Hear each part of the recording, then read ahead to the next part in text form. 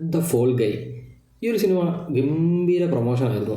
ഭയങ്കര പ്രൊമോഷൻ, ഭയങ്കര ട്രെയിലറൊക്കെ ആയിരുന്നു. തിയേറ്ററിൽ കാണണം എന്ന് വിചാരിച്ചതാണ്, കാണാൻ പറ്റിയില്ല. പക്ഷെ അതെന്തുകൊണ്ട് നന്നായി. ഒരു തിയേറ്റർ എക്സ്പീരിയൻസ് ഒന്നും ഈ ഒരു സിനിമ കണ്ട സമയത്ത് ഒ ടി ടിയിൽ കണ്ടപ്പോൾ എനിക്ക് കിട്ടിയില്ല. അതായത് തിയേറ്റർ എക്സ്പീരിയൻസ് ചെയ്യണം എന്നേ തോന്നിയില്ല. ഒരു ഓക്കെ സിനിമ, ഒരു ആവറേജ് സിനിമയ്ക്ക് അപ്പുറം ഈ ഒരു സിനിമയിൽ എനിക്കൊന്നും ഫീൽ ചെയ്തില്ല എന്നുള്ളതാണ് ഇതിനകത്ത് ഏറ്റവും വലിയ സത്യം. പിന്നെ റയൻ ഗോസ്ലിംഗ് ഉണ്ടായതുകൊണ്ട് കണ്ടുകൊണ്ടിരിക്കാം. റയൻ ഗോസ്ലിംഗ് അല്ലാതെ വേറെ ആരാണെങ്കിലും നമ്മൾ കണ്ടിരിക്കില്ല എന്നുള്ളത് വേറെ സത്യമാണ്. ഈ ഒരു ഫോൾ ഗൈ എന്ന് പറയുന്ന പേര് 1981 തൊട്ട് 86 വരെ സ്ട്രീം ചെയ്തൊരു സീരീസ് ഉണ്ട്. അതിനും സെയിം പേരായിരുന്നു, ദ ഫോൾ ഗൈ തന്നെയായിരുന്നു. അതിനകത്തെ ക്യാരക്ടർ നെയിമും കോൾ സീരീസും അതേപോലെ തന്നെ ജോഡി മൊറേനോ അതെല്ലാം ക്യാരക്ടർ നെയിമൊക്കെ സെയിം ആയിരുന്നു. അപ്പോൾ ആ ഒരു സീരീസിൻ്റെ നെയിമും അതേപോലെ ക്യാരക്ടർ നെയിമും എടുത്തിട്ട് ഒരു സിനിമ ചെയ്തു എന്നേ ഉള്ളൂ ഈ ഒരു ഫോൾ ഗൈ എന്ന് പറയുന്ന സിനിമയിലേക്ക് വരുമ്പോൾ. അപ്പം ഈ ഒരു സിനിമ എന്താണെന്ന് ചോദിച്ചു കഴിഞ്ഞാൽ, ഒരു സ്റ്റൺമാൻ്റെ പേര് കോൾട്ട് എന്നാണ്. ഈ ഒരു സ്റ്റൺമാൻ വർക്ക് ചെയ്യുന്നത് ടോം റൈഡർ എന്ന് പറയുന്ന ഒരു ഹീറോയ്ക്കുണ്ട്. വലിയ ഹീറോയൊക്കെയാണ്, പക്ഷേ സ്റ്റണ്ടൊന്നും ചെയ്യാൻ അറിയില്ല. ഫുള്ള് സ്റ്റണ്ട് നമ്മളുടെ കോൾട്ടാണ് ചെയ്യുന്നത്. അങ്ങനെ ഒരു സ്റ്റണ്ട് ചെയ്യുന്ന സമയത്ത് കോൾട്ടിനൊരു ഇഞ്ചുറി പറ്റുന്നു, ഒരു ആക്സിഡൻറ്റ് പറ്റുന്നു. അങ്ങനെ കോൾട്ട് കുറേ നാളത്തേക്ക് മാറിയിരിക്കുന്നു. അതിനുശേഷം കോൾട്ട് തിരിച്ചു വരുന്നൊരു സിനിമയ്ക്ക് വേണ്ടി. അപ്പം ഈ റോഡി എന്ന് പറയുന്ന ക്യാരക്ടർ, അതായത് നായിക, നമ്മളുടെ കോൾട്ടിൻ്റെ ഗേൾഫ്രണ്ട് ആയിരുന്നു. അങ്ങനെ ഈ ഒരു കോൾട്ട് ആക്സിഡൻറ്റിന് ശേഷം മാറി നിൽക്കുന്ന സമയത്ത് ഒരു എക്സ് ഗേൾഫ്രണ്ടും ബോയ് ഫ്രണ്ടും ആകുന്നു. ഇങ്ങനെ തിരിച്ചു വരുമ്പം നമ്മുടെ റോഡി ഡയറക്ടറാകുന്നു ഈ ഒരു സിനിമയിലെ. അങ്ങനെ വീണ്ടും സ്റ്റൺമാനായിട്ട് വർക്ക് ചെയ്യുന്നു. സംഭവം നമ്മുടെ ടോം റൈഡർ ഒരു മർഡർ ചെയ്തിട്ടുണ്ട്. ആ ഒരു മർഡറിൽ നമ്മളുടെ കോൾട്ടിനെ ഫ്രെയിം ചെയ്യാനായിട്ട് ഇവിടെ കൊണ്ടുവരുന്നത്.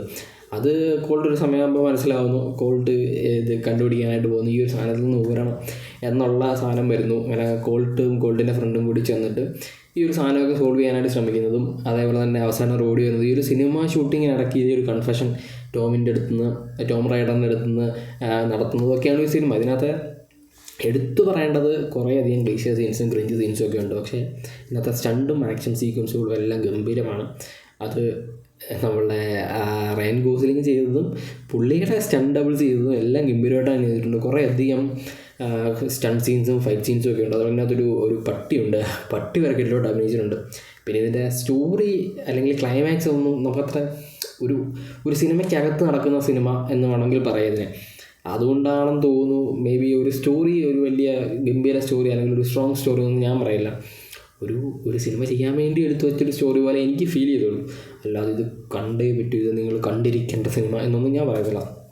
അങ്ങനെ ഉള്ളൂ, അത്രേ ഉള്ളൂ ഈ ഒരു സിനിമ എന്ന് പറയുന്നത്. അതുകൊണ്ടാണ് തിയേറ്റർ എക്സ്പീരിയൻസ് ഇല്ല എന്ന് ഞാൻ പറഞ്ഞത്. അപ്പോൾ ഒരു ഫാൻറ്റസി സൈഫൈ സിനിമയാണ് നമ്മുടെ ജോഡി എടുക്കാനായിട്ട് ശ്രമിക്കുന്നത്. അതിലേക്കാണ് നമ്മുടെ നായകൻ വരുന്നതും നായകൻ എന്താണ് പറ്റിയെന്നൊക്കെ വരുന്നു. ഇവർ തമ്മിലുള്ള റിലേഷൻഷിപ്പ് ഇവർ വീണ്ടും ബിൽഡ് ചെയ്യാനായിട്ട് ശ്രമിക്കുന്നു. ഇതിനിടയ്ക്ക് കുറേ ഫണ്ണി ആയിട്ടുള്ള കാര്യങ്ങൾ നടക്കുന്നു. കോമഡി ആക്ഷൻ ആണല്ലോ, അപ്പം കോമഡി ആണല്ലോ ശ്രമിക്കുന്നത്. അങ്ങനെ കുറേ സാധനങ്ങൾ കാണിച്ചു പോകുന്നതും അവസാനം നമ്മൾ കാണാറുള്ള പോലെ ഹാപ്പി എൻഡിങ്ങിൽ ഈ ഒരു സിനിമ അവസാനിക്കുന്നതും ഒക്കെയാണ്. ഇതിൻ്റെ പ്രൊമോഷനൊക്കെ ഭയങ്കര പ്രൊമോഷനാണ്. അതായത് ഭയങ്കര പ്രീമിയറും കാര്യങ്ങളൊക്കെ ആയിരുന്നു. ഏതാണ്ട് 150 കോടിക്കകത്ത് അല്ല 150 മില്യനകത്ത് മുടക്കിയെടുത്ത സിനിമയാണ്. വെറും 127 കോടി അല്ല 127 മില്യനാണ് ഇതിനെ തിരിച്ചിട്ടുള്ളത്. അപ്പം അത്രയൊക്കെ ഉള്ളൂ ഈ ഒരു സിനിമ എന്ന് അത് കാണുമ്പോൾ തന്നെ മനസ്സിലാവുന്നതാണ്. എനിക്ക് തോന്നുന്നു ഈ ഒരു സിനിമയുടെ ഈ ഒരു സ്റ്റോറി ഇങ്ങനെ ആയിപ്പോയത് കൊണ്ടായിരിക്കും. അല്ലാതെ ആക്ഷൻ സീക്വൻസുകളോ അല്ലെങ്കിൽ ഇതിനകത്തെ സ്റ്റണ്ടുകളോ എല്ലാം ഗംഭീരമാണ്. ഇതിനകത്ത് എനിക്കാകെ പറയാൻ പറ്റി തോന്നുന്നത് നല്ലൊരു സ്ട്രോങ് ആയിട്ടുള്ള സ്റ്റോറി ഇല്ല എന്നുള്ളതാണ്.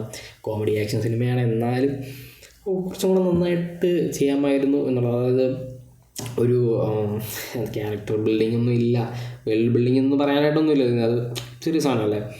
പക്ഷേ കുറച്ചും കൂടെ നന്നായിട്ട് എടുക്കാമായിരുന്നു എന്നാണ് എനിക്ക് പേഴ്സണലി തോന്നിയത്. പിന്നെ റയൻ ഗോസ്ലിംഗ് ആയതുകൊണ്ട് നമുക്ക് കണ്ടുകൊണ്ടിരിക്കാം. പുള്ളിയുടെ കോമഡി ആക്ഷൻ എല്ലാം ഗംഭീരമായിട്ട് തന്നെയാണ്. പുള്ളി എന്ത് റോൾ കൊടുത്താലും എങ്ങനത്തെ റോൾ കൊടുത്താലും അത് എങ്ങനെ ചെയ്യണോ അതേപോലെ തന്നെ ഒരു ക്യാരക്ടറായിട്ട് മറ്റേ ജീവിച്ച് കാണിക്കുന്ന പറ്റില്ല അതേപോലെ അങ്ങ് ചെയ്യുകയാണ്. അങ്ങനെയാണ് ഈ ഒരു ഗോൾഡ് എന്ന് പറയുന്ന ക്യാരക്ടർ റയൻ ഗോസ്ലിംഗ് ചെയ്തിട്ടുള്ളത്. എന്തായാലും ഈ ഒരു സിനിമ കണ്ട സമയത്ത് എനിക്ക് ഇതിൽ കൂടുതലൊന്നും ഫീൽ ചെയ്തിട്ടില്ല. ഇത് കണ്ട ആർക്കും അങ്ങനെ ഫീൽ ചെയ്തിട്ടുണ്ടെന്ന് എനിക്ക് തോന്നുന്നില്ല. കാരണം നമുക്ക് ഈ ഒരു ഗൂസ് ബംസ് സീൻസ് ഒന്നും ഇല്ല ഇതിനകത്ത്. പ്രത്യേകിച്ച് ഒരു ഗൂസ് ബംസ് സീൻസ് ഇല്ല. അവസാനം ഒരു ഹെലികോപ്റ്റർ ഫൈറ്റ് സീനൊക്കെ ഉണ്ട്. അത് കാണുമ്പോഴെങ്കിലും എന്തെങ്കിലും വരണം എന്ന് വിചാരിച്ചു, പക്ഷേ അതൊന്നും ഇല്ലായിരുന്നു. പിന്നെ അവസാനം ഹാപ്പി എൻഡിങ്ങായിട്ട് നായകനും നായികയും ഒന്നിക്കുന്നു, ഈ സിനിമ ഭയങ്കര ഹിറ്റാവുന്നു ആസ് യൂഷ്വൽ. അതൊക്കെയാണ് ഈ ഒരു സിനിമയ്ക്ക് അത് കാണിച്ചു പോകുന്നത്. അല്ലാതെ ഇത് നിങ്ങൾ കാണേണ്ട ഒരു സിനിമാറ്റിക് എക്സ്പീരിയൻസ് ഒന്നും പറയാനായിട്ടുള്ള സിനിമയില്ല എന്ന് പറഞ്ഞുകൊണ്ട് ഞാനൊരു ഫോൾ ഗൈയുടെ റിവ്യൂ നടത്തുകയാണ്.